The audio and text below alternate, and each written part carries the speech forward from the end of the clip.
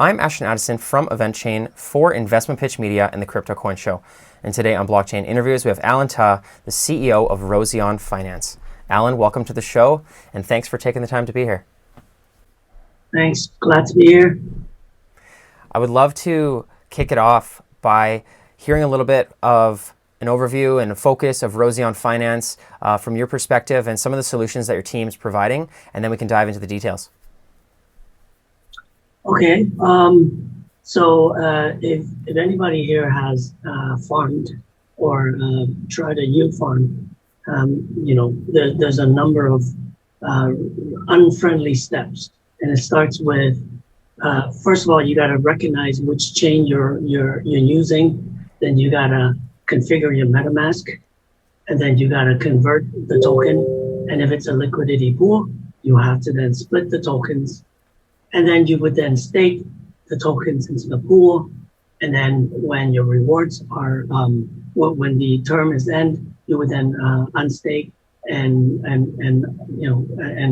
retrieve your reward. And all of that could potentially cost $100 in fees. Mm-hmm. So not only the tedious steps and the fees, it's not very friendly.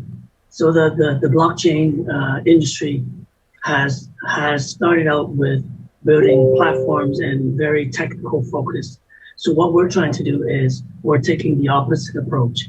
We want to focus on the users. We want to make it easy for you. So you can tell with our if you downloaded our app, you can see it's very friendly.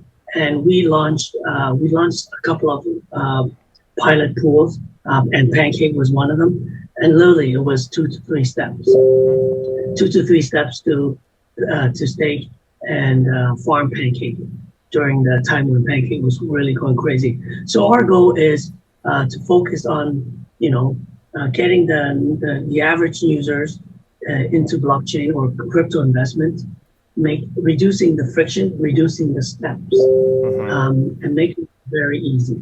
So we are a multi-chain, so we want to support every chain possible, and we want to take the best yield opportunities within the mobile app.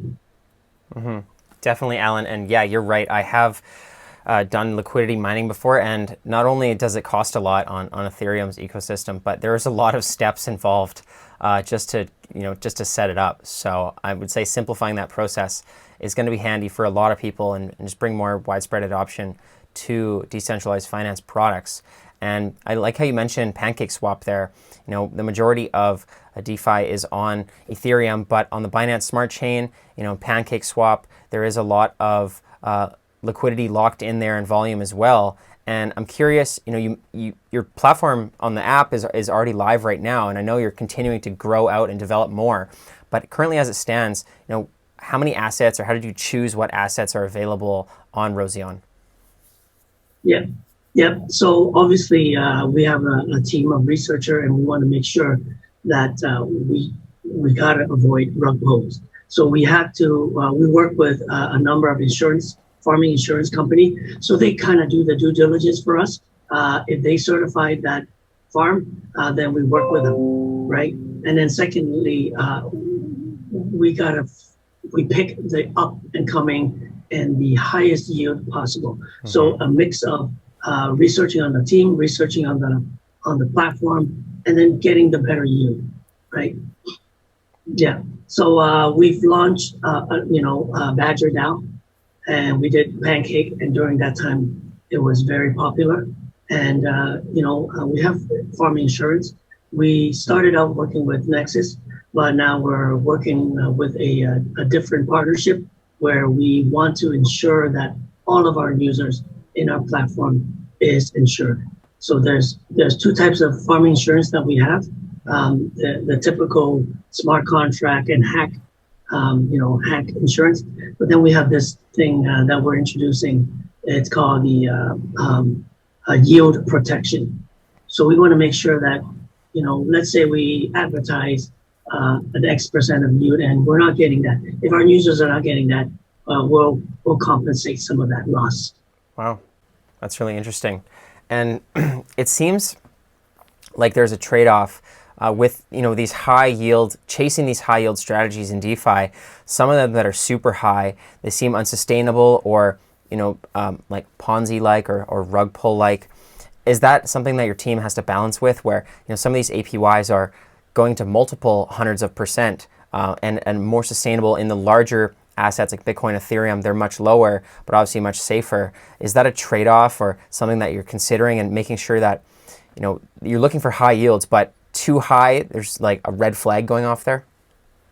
Of course. So if we don't touch it, we're not going to provide that option for our customers, right?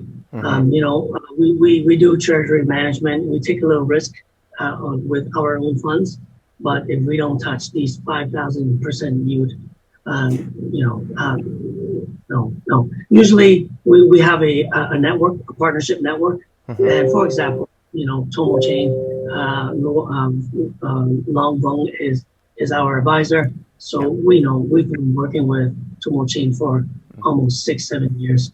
I know the guys. I know the entire founding team. Something that due diligence doesn't show up is the business relationship. We know the founders. We've been in this market. I've been in crypto and blockchain for 6-7 years. This is probably my second or third startup. So I know who I'm working with, and I know who come and who stays. Definitely. And I was looking into Roseon Finance's economics, and I saw that there was a hyper deflation mechanism, and that's not something that I've seen very often in the space. And I was wondering if you could elaborate on that, and what are the benefits, or what was the rationale behind this hyper deflationary? Okay, so first of all, so the question we want to start with is our token economics. Why do people want our token? So if the best example is really the BNB token, so Binance Chain. So Binance is a CDFI solution. We are also a CDFI application. So holding our token will give you access to our ecosystem, give you discounts, and give you rewards. Now, in terms of our reward system, we're building a hybrid solution. So right now we are fully centralized, but this is the reason why we're obtaining funding, is to build the decentralized aspect of our platform. So that will give us a very balanced token economy. And then with the the DeFi platform that we're going to launch, and the DeFi wallet that we're going to launch, we need to make sure we compete well with all the other DeFi platforms. So we want to make sure that our reward token economics aligns with the market. Definitely, yeah. And I was looking, you have the apps live. Can you give a snapshot of, so far where the platform is at? Is this fairly early stage in the launch of the applications? Yeah. So we've been on the Apple. On Android, Google Play for, I believe, a month or so now. We actually launched 2 months ago, but then we consulted with legal, and then that's why we had to take it down. We want to make sure we comply. Okay. So we are obtaining our license, and it should be coming soon. Now the iOS app is already working, but Apple is a little bit picky on how how we word our application, how the buttons are, and even the warning messages are shown. So we're having a little challenge with that, but I believe within a week we're going to be on both app stores. Right now, you can farm, you can do staking, which is what we call savings. You can do limited NFT, so you can view marketplaces. You can add your own collection, right? And then we're working on the index fund, and it's really a what we call a index fund maker. So the ability to replicate any existing index fund out there, but of course, because we have bots running on multiple C DeFi applications, we can reduce the fees. So we can replicate the token set for any popular index fund out there, and then we would use the same algorithm and go into Binance and make the purchases, rebalance for you, and everything. So these are very cool projects that we're working on. But right now, the app works. You can farm, you can stake, but of course, we're not allowing that to happen until we are licensed. Definitely, that's great. And I'm curious, are you planning on sticking to just the apps, or will there also be a web app or computer version available? So we want to focus on the mobile first. Our market is Asia and Southeast Asia. There's a lot of demand for mobile usage. So we want to make sure our mobile is flushed out and is perfected before we build the DeFi application and capture the web and the DApp, the Web3 market. Definitely, that makes sense. And yeah, it's very mobile focused, and it's so easy to just make a stake or move your positions when you're on the go. So that does make sense. And you mentioned a couple times, C DeFi, which is sort of like centralized finance, decentralized finance. Some of these major platforms like BlockFi and Celsius that are more centralized, it's a lot easier for people to onboard because you're doing more hand holding and just getting people in, because DeFi can be daunting for people that are new to even if they're not new to the crypto space. People are like, oh, this is interesting. It's sort of like when decentralized exchanges came out and there wasn't that, you had to take all these extra steps. So in the first part where you have the C DeFi, and how focused are you on, as you're transitioning to a more decentralized ecosystem, and just making sure that there is that hand holding, or just making it an ease of use for the user experience to have non-technical people using the platform? Yeah. So, there's advantages and disadvantages for either. But if you want user experience, you want ease of use, centralized applications will do, right? But then if you are more of a techie, you know how to farm, and you can take, you know how to configure your MetaMask, then you use the DeFi application, the DApp. So our goal here is to bring both together into our platform. We will not pick one over the other. We believe that there's a huge amount of centralized users. There are people who are new, want to get into crypto, want to get into DeFi, but do not know how. So we have plans for that, and that's why we're building this product. We believe that we are going to cater to those guys, those people. They're going to onboard, and then slowly they will feel more comfortable, and then they have the choice. Do they want Roseon to manage their keys, or do they want to manage their own? That's up to them. We should give them that power. Definitely, and I think that's a great way to go about it, Allan. And now, you have the apps live in the App Store. What are the very next steps for you and your team surrounding the token and the platform, in the coming weeks and months? Yeah. So, we closed our private round, and it was crazy. It was crazy. It happened all in 1 week. Okay. Congrats. And then now, thank you. Now we're planning our launch, our IDO launch on Yellow Road and BSC pad. We have a couple of amazing advisors. So Tomo Chain CO, I got Lester, amazing, and we're working closely with Petroff, amazing, and of course we're working with a local team, Kairos Venture.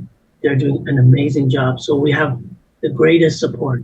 So if everybody, people are coming into our Telegram channel asking us about why our Twitter and why our Telegram has such small amount of followers, is because we're doing this organically, and people are asking what's our marketing plan. We have lots of people to support us.